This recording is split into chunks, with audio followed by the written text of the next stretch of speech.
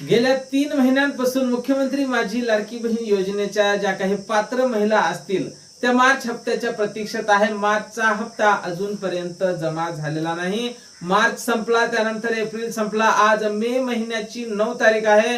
हप्त्याची प्रतीक्षा अजून संपत नाही। हप्त्याचा विलंब अजून वाढतच चाललेला आहे। पण लाडक्या बहिणींसाठी मोठी खुशखबर असणार आहे। ज्या 3 हप्त्याची तुम्ही वाट पाहत आहात ते 3ही हप्ते तुम्हाला एकत्रितपणे 4,500 रुपये जमा होणार असल्याची एक महत्त्वपूर्ण माहिती समोर येत आहे। त्याचसोबत या हप्त्याला विलंब कोणत्या कारणाने झाला हे सुद्धा माहिती समोर येत आहे आणि कोण महिला यासाठी पात्र असतील या संदर्भातली माहिती सुद्धा समोर आलेली आहे। तर या सर्व गोष्टी आपण अगदी थोड्याशा व्हिडिओमध्ये पाहणार आहोत। त्यापूर्वी तुम्ही जर नवीन असाल तर नक्कीच आपल्या व्हिडिओला लाईक करून चॅनलला सबस्क्राइब करा। नमस्कार, मी भाऊसाहेब गोडे स्वागत करतो तुमचं लाडकी बहीण योजनेच्या एका नवीन व्हिडिओमध्ये।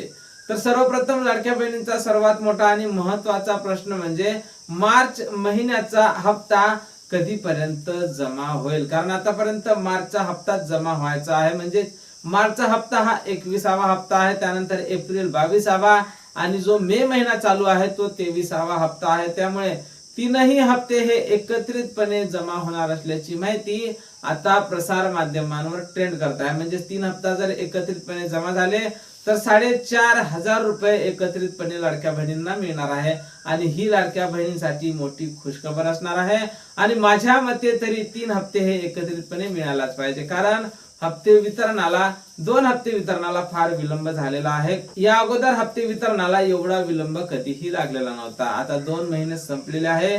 मार्च संपला, त्यानंतर एप्रिल सुद्धा संपलेला आहे। त्यामुळे दोन्ही हप्त्याचे पैसे आणि त्यानंतर मे महिन्याचा सुद्धा आज 8 दिवस संपलेले आहे। त्यामुळे 3ही हप्त्याचे पैसे हे राज्य सरकारने लाडक्या बहिणींच्या खात्यात एकत्रितपणे जमा करायला निश्चितच पाहिजे। तर सर्वप्रथम आता या हप्त्याला विलंब होण्याचं नेमकं काय कारण होतं हे सुद्धा आपण जाणून घेणार आहोत। तर पाहून घ्या, या हप्त्याला विलंब होण्याचं जे महत्त्वाचं कारण सांगण्यात आलेलं आहे ते म्हणजे ई-केवायसी।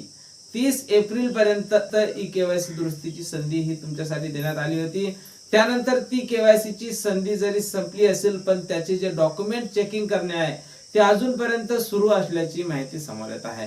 30 एप्रिल पर्यंत ही संधी होती। आता त्याचे डॉक्युमेंट चेकिंग झाल्याच्या नंतर पुन्हा त्या महिला लाडकी बहीण योजनेसाठी पात्र आहेत का हे सुद्धा तपासण्यात येणार आहे आणि ते तपासल्याच्या नंतर त्यांना या योजनेत सामावून घेण्यात येणार आहे। ज्या महिला पात्र नसतील त्यांना पुन्हा या योजनेतून बाहेर करण्यात येईल।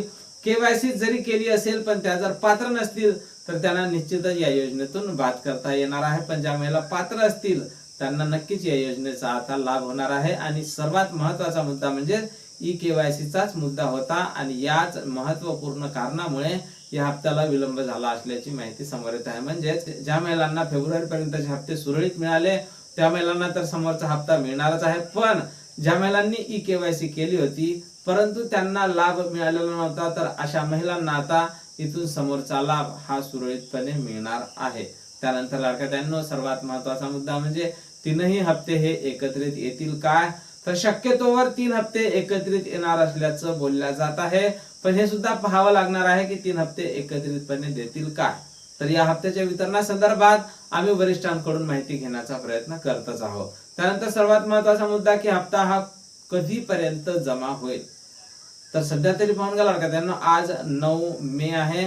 हप्ता वितरणाची हालचाल वेगाने सुरू झाली असल्याची माहिती समोर येत आहे आणि हप्ते वितरणाची हालचाल जर वेगाने सुरू झाली असेल, ई-केवायसी ज्या महिलांनी दुरुस्ती केली त्यांचे सुद्धा डॉक्युमेंट पुन्हा व्हेरिफिकेशन चेकिंग झाली असेल त्यांचे सुद्धा, तर लवकरच या हप्त्याच्या वितरणाला ही सुरुवात होऊ शकते। निधीची कमतरता नसल्याची माहिती समोर येत आहे। या हप्त्याच्या वितरणाला निधीची कमतरता नाही।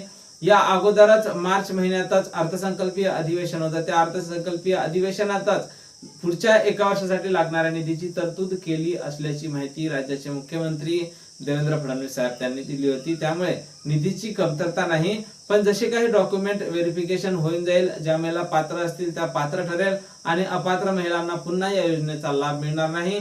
लगेच तुमच्या खात्यावर या हप्त्याचं वितरण हे सुरू होणार आहे आणि शक्यतोवर अशी माहिती समोर येत आहे की 15 तारखेच्या जवळपास 4,500 रुपये तुमच्या खात्यावर येण्याची शक्यता आहे। आणि या हप्त्याच्या वितरणासंदर्भात आम्ही वेळोवेळी वरिष्ठांकडून माहिती घेण्याचा प्रयत्न करतो। जशी काही नवीन माहिती, नवीन अपडेट आपल्याकडे उपलब्ध होईल। सर्वप्रथम त्या संदर्भातला व्हिडिओ तुम्हाला आपल्या चॅनलवर पाहायला मिळणार आहे, त्यामुळे तुम्ही जर नवीन असाल तर नक्कीच आपल्या व्हिडिओला लाईक करून चॅनलला सबस्क्राईब करा। भेटूया पुढच्या एका नवीन व्हिडिओमध्ये महत्त्वपूर्ण माहिती सोबत। जय महाराष्ट्र।